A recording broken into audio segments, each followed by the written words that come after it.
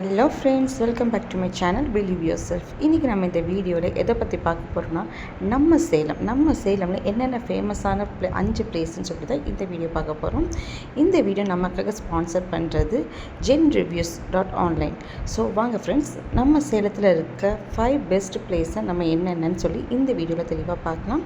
இது வரைக்கும் என்னோடய சேனலை யாராவது சப்ஸ்கிரைப் பண்ணாமல் பார்க்குறீங்கன்னா ப்ளீஸ் சப்ஸ்கிரைப் பண்ணிட்டு லைக் பண்ணிட்டு பாருங்கள். ஸோ வாங்க, நம்ம சேலத்தில் இருக்க பெஸ்ட் 5 பிளேஸ் என்னன்னு சொல்லிட்டு இந்த வீடியோவில் நம்ம தெளிவாக பார்க்கலாம். வாங்க ஃப்ரெண்ட்ஸ், வீடியோக்குள்ளே போகலாம்.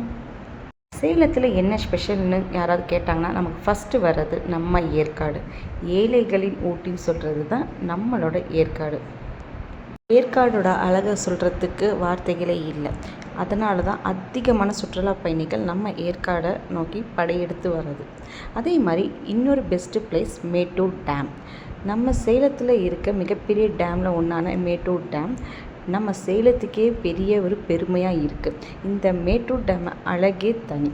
இதில் அதிகமான சுற்றுலா பயணிகள் நம்ம மேட்டூரோட டேமின் அழகை ரசிக்கிறதுக்காகவும் அதில் நிறையா பர்சல் சவாரி அந்த மாதிரி நிறையா இருக்குது. தேர்ட் ஒன் குருமப்பெட்டி, அதாவது அடிவாரம் சொல்லுவாங்க, இங்கிலீஷில் ஜுவாலஜி பார்க்குனுவாங்க. நம்ம சேலத்தில் இருக்கிற மிகப்பெரிய விலங்கு சரணாலயம்னா அது இந்த குருமப்பெட்டி தான்.